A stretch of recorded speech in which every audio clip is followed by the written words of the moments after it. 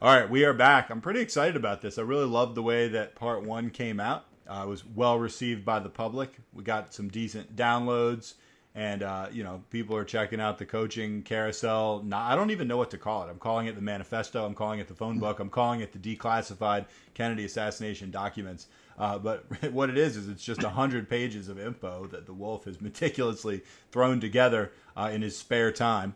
And you got to check it out. It's there. It's available if you want it. If you pass up on it, you do so at your own peril. That's all I'm saying. Absolutely. What do you want us to call this thing? What do you want me to call it in the future? The Coaching Carousel, the 2018 Coaching Carousel, the most comprehensive guide to 2018's new offenses. That's what I call it. That's fantastic. That's way better than what I've been doing, which is just kind of like pausing before I refer to it and then just talking about how big it is. Yeah. All right. Fair enough. What he said. All right. Let's talk about number one. And we've already had some disagreement about how to pronounce this guy's name, but John DeFilippo,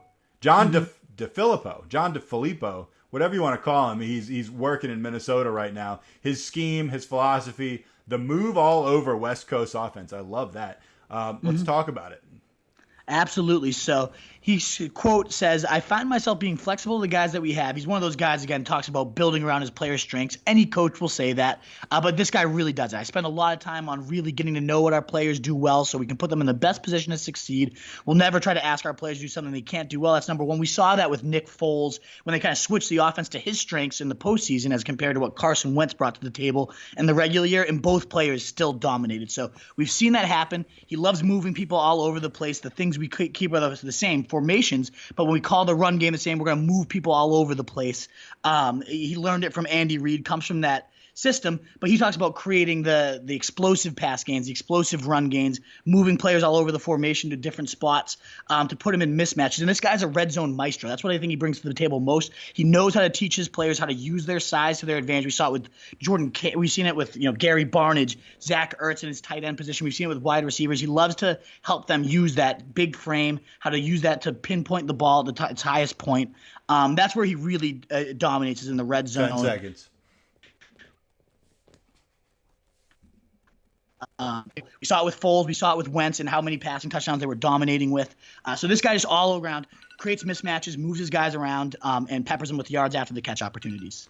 Well done. Good job scrambling to finish that up in close to a minute. That was well done. The player, of course, in question that is going to be affected, and I like this. You threw us a little curveball here. Yeah. Kirk Cousins is the obvious choice. And so because you're not a guy that's going to take low-hanging fruit like that, you decide you're going to reject that and you're going to talk about Kyle Rudolph instead, which is a great choice. Go ahead.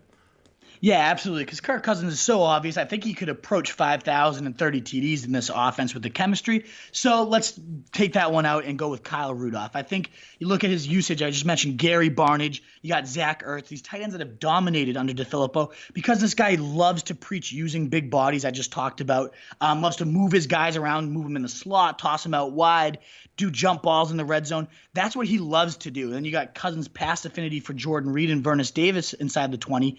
Those two things mesh perfectly with how DeFilippo will use him, how Cousins likes to target those big bodies in the red zone. I see a monster touchdown season coming from Rudolph, who's at 6'6", 259 pounds, an absolute mammoth. Very real shot at 10 TDs, 800 to 1,000 yards, and at a position where there's just so much uncertainty. You got to go with the top 6 fantasy tight end if you can. Lock down some security. I think Rudolph at a mid-6th round price where he's going is incredibly reasonable at this point. Love Kyle Rudolph and the upside he brings under a guy that will really use that 6'6" frame to its absolute fullest. I got to say, when I've had occasion to get Kyle Rudolph in a draft late or off waivers because I'm streaming somebody, because one of my guys is on by, I'm almost never disappointed with the output this guy puts. He's solid. He's really solid, and it seems like this year might be, maybe even kind of a breakout year for him, even though it seems like he's been around forever. He has been. And I mean, Pat Shurmur did some great work with him the last couple of years, especially 2 years ago when they didn't have any other weapons. But what really intrigues me is I think this offense as a whole just explodes. And then when you talk about the touchdowns, maybe Rudolph isn't the number 1, 2, or 3 in terms of targets. You got those 2 beastly receivers and Dalvin Cook there. But the touchdowns, they're gonna be in the red zone so often that I really see him scoring 10 to 12 at minimum.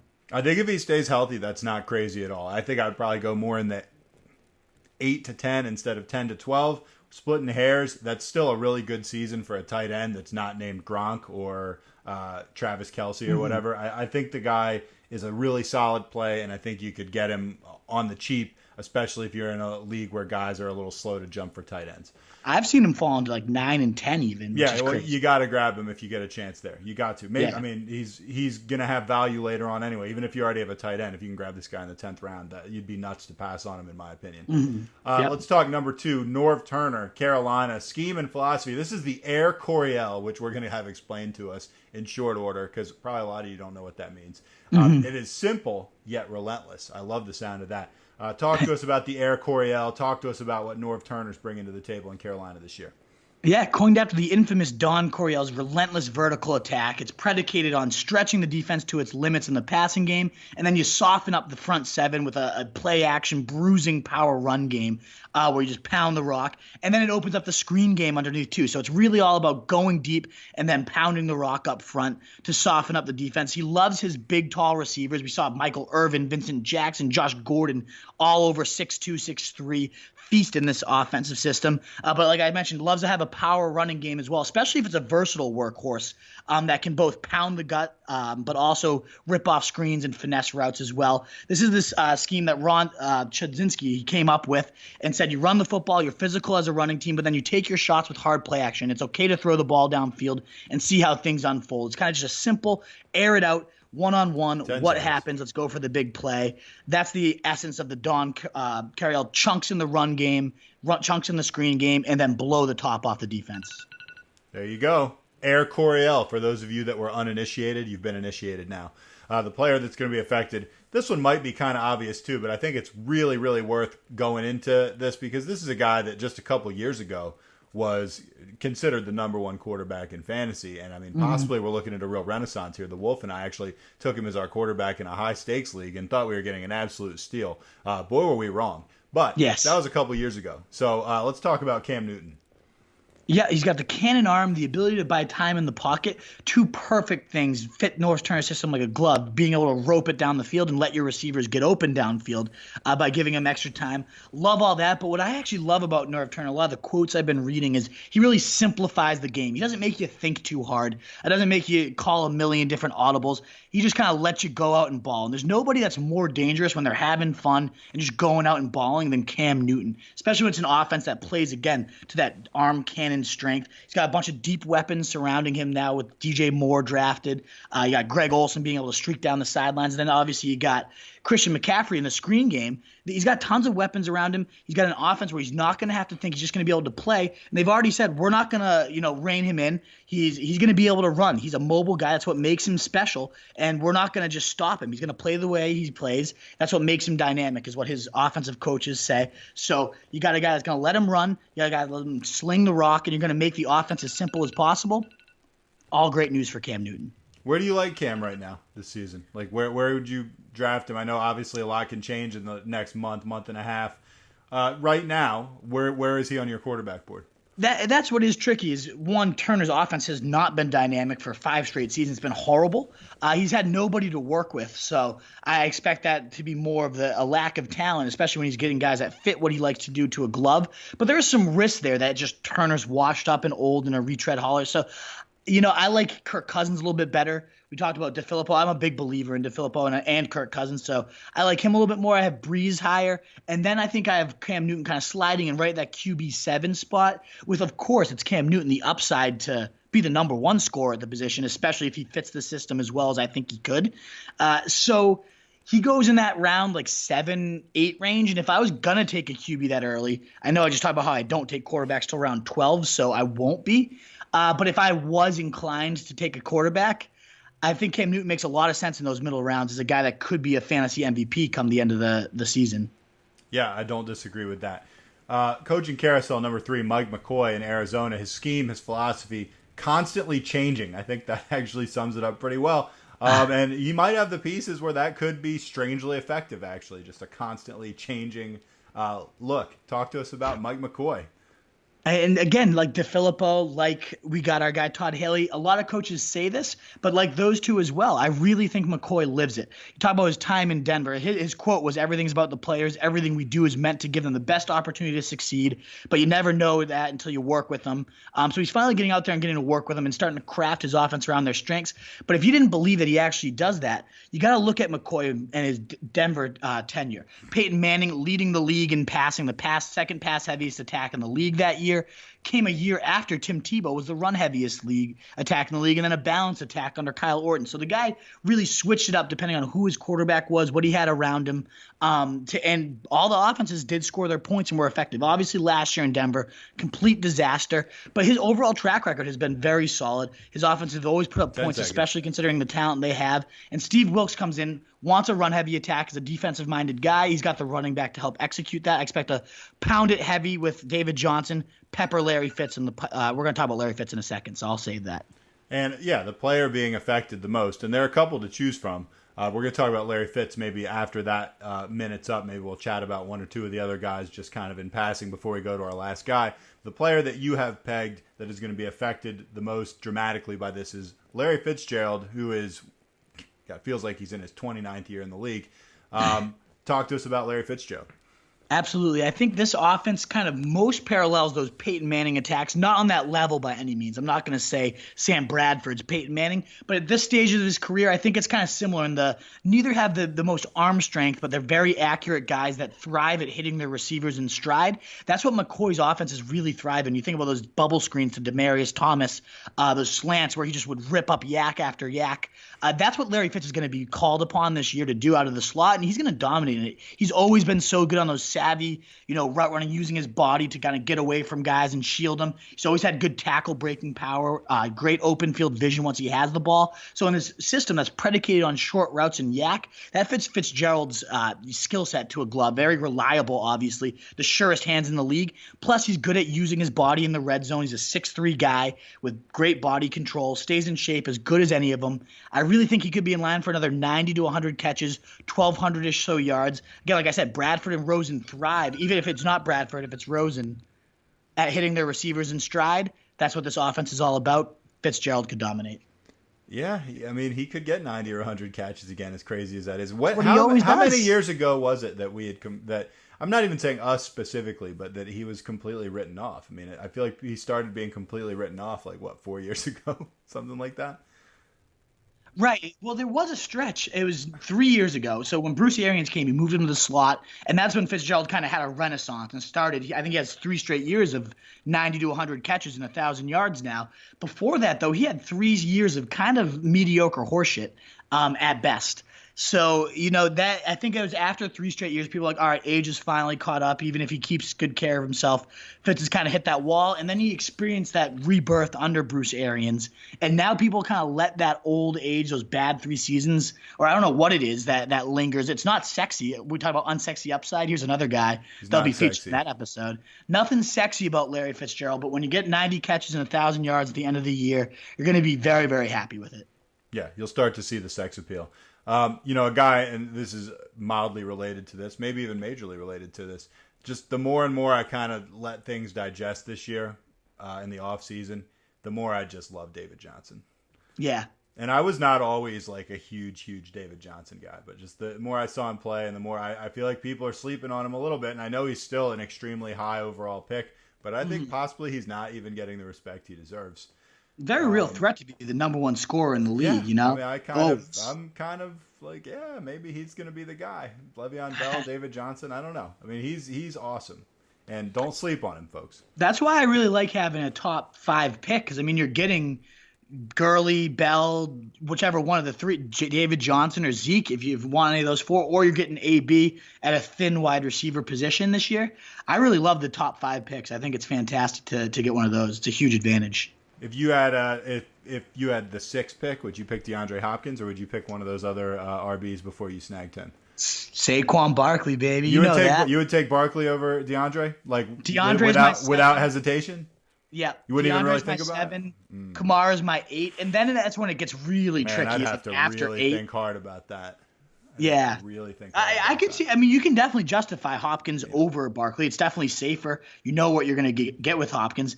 I just think Barkley could be like David Johnson, like Zeke, like these guys that we're talking about. I see him having exactly like that type of season, and just being like that for the next 10 years. So. Man, you say like upside, and I know we were just talking about Larry Fitzgerald, and now we're arguing about DeAndre Hopkins versus Saquon Barkley, which is just a seamless transition.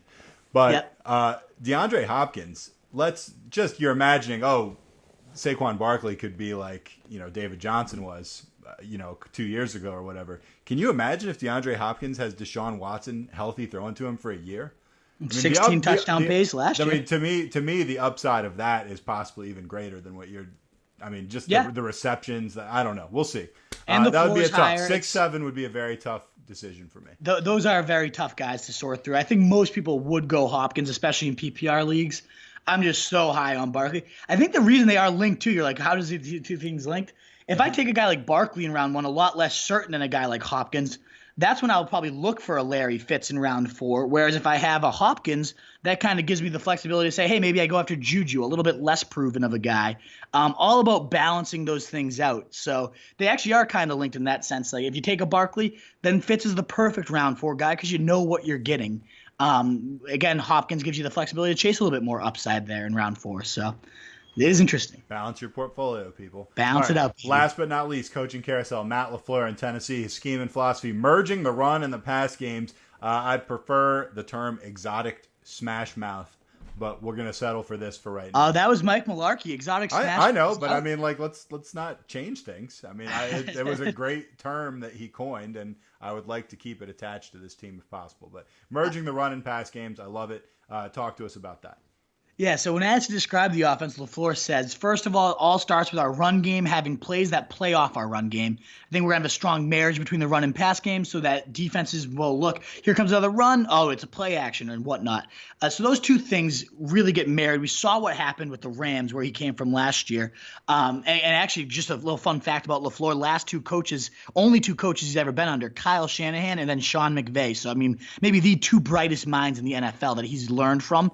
And they both love play action and screens. And that's what he kind of means with this marriage is you pound the rock, you establish that game, and then suddenly you're doing a screen off of a play action pass and the defense has no idea what's coming at them. It just sets them up. And then the other staple of all three of their offenses is being aggressive. He says, LeFleur, it's extremely difficult to dink and dunk all the way down the field. Defenses are just too good. Statistically, the teams are getting more chunk plays. The explosives teams, those are the ones that are going to produce the yards and the points. So expect a heavy dosage of screens, play action passing, and downfield throws. This team is very well set up to do all three of those things. All right, fair enough. Man, I don't know what to think about Tennessee.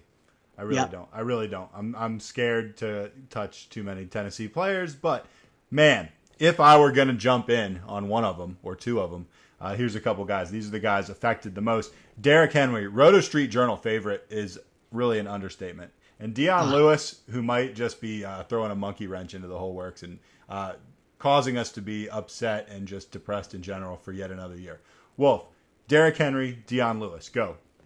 So again, obviously, when one player could get all this amazing volume coming at him, would be incredible. We saw what it did for Todd Gurley, the fantasy MVP last year. But I think the committee stench here is getting a little bit overblown and going to actually make these guys great values. It's almost like a Alvin Kamara and Mark Ingram light situation where it's a committee that can actually work. I believe that this is what that's going to be. Again, the marriage of the run and pass games, you need to establish a backfield presence first to actually have this offense work. So it's going to start in the run game, as LeFleur says, having plays that play off of our run game. So they're going to make sure they get tons of volume here. I see about 2,300 to 2,600 total yards of offense, 15 to 25 total TDs being up for grabs just out of the backfield. We've seen that in Atlanta the last couple of years. We saw Todd Gurley do it by himself last year. So I think, again, that's a ton of volume to be divided up. So I think both of these guys approach 1,200 or so total yards. Maybe Henry gets about 10 to 12 TDs, whereas Lewis is more the reception guy, gets about 60-plus receptions. Both of those are, solid workhorse-esque numbers at a committee type of price because that's what they're stuck in. I think this is a committee that actually works. I love it. I think it might be a committee that actually works too. I would tend to go a little higher on Henry and a little lower on Lewis. That's just kind of my gut feeling. But you never know with a quarterback like Mariota. I mean, the check downs, the receptions might really add up for somebody like Lewis. But man, I love Henry as a runner. I mean, we've been so all in on that for such a long time. I'd love to see it happen. There was like a week or a couple days there. Obviously, I wish he was alone and getting the Gurley treatment, and then we had him at 10 overall when that was looking to be the case. There was a brief period of time. A brief period of time.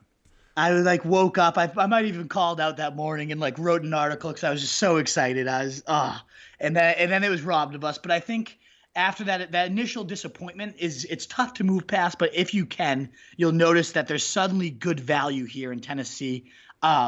For both types of leagues. Standard, obviously, Henry, the higher touchdown upside. PPR, I think Lewis brings a little bit more appeal with the 60 to – I think Lewis could really lead this team in receptions. I really think he could this year. I don't think that's crazy.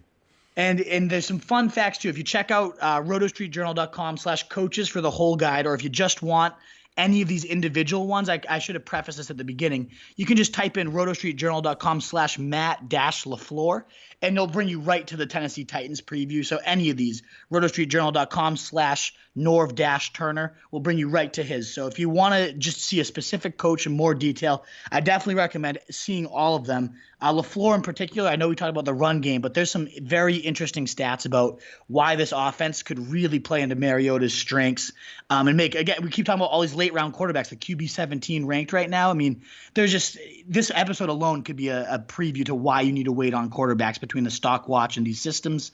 But tons of great stats on that and the play action pass game and all that stuff that you really should go check out. rotostreetjournal.com/Matt-LeFleur if you want that one. All right, guys, we're going to come back and wrap things up right after this.